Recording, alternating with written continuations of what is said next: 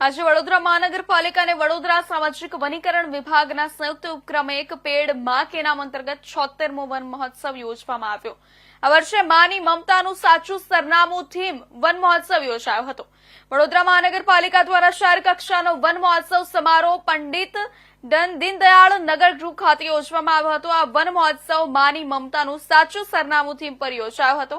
આ પ્રસંગે સાંસદ ડોક્ટર હેમાંગ જોશી, વિધાનસભાના મુખ્ય દંડક બાલકૃષ્ણ શુક્લા, મ્યુનિસિપલ કમિશનર અરુણ મહેશ બાબુ, નાયબ વન સંરક્ષક મહેન્દ્રસિંહ આર રાઠવા, ધારાસભ્ય મનીષાબેન વકીલ સહિતના મહાનુભાવોને ઉપસ્થિત રહ્યા હતા।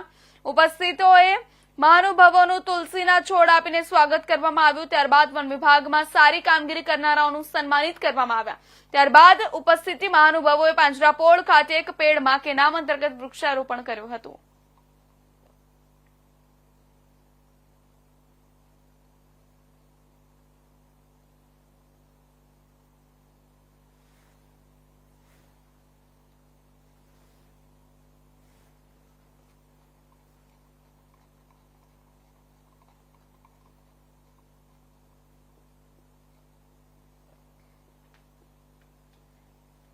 વડોદરા પોલીસ દ્વારા ગણેશ વિસર્જન અને ઈદના તહેવારને લઈને પત્રકાર પરિષદ યોજાઈ હતી।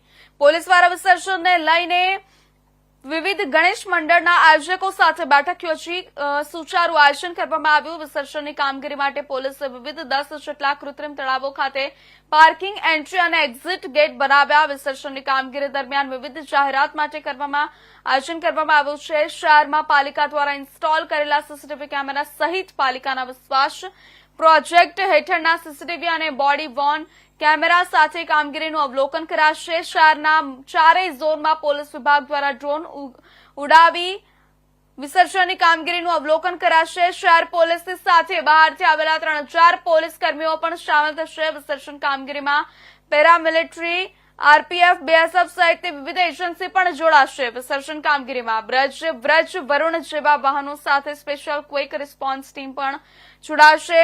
ત્યારે વિસર્જન કામગીરીમાં શહેરમાં ગણેશ વિસર્જનને લઈને શહેર ટ્રાફિક પોલીસ દ્વારા જાહેરનામા સહિત ટ્રાફિક ડાયવર્ઝનની કામગીરી હાથ ધરાશે।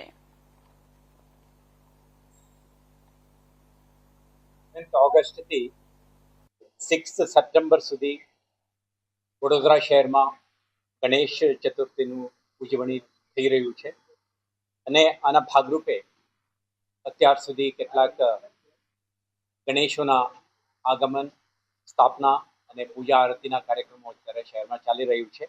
આવતીકાલે જૂનીગઢી ગણેશથી વિસર્જનની પ્રક્રિયા શહેરમાં શરૂ થનાર છે। આના અનુસંધાને વડોદરા શહેર પોલીસ દ્વારા તમામ પ્રકારની સુરક્ષા વ્યવસ્થા ગોઠવવામાં આવેલ છે।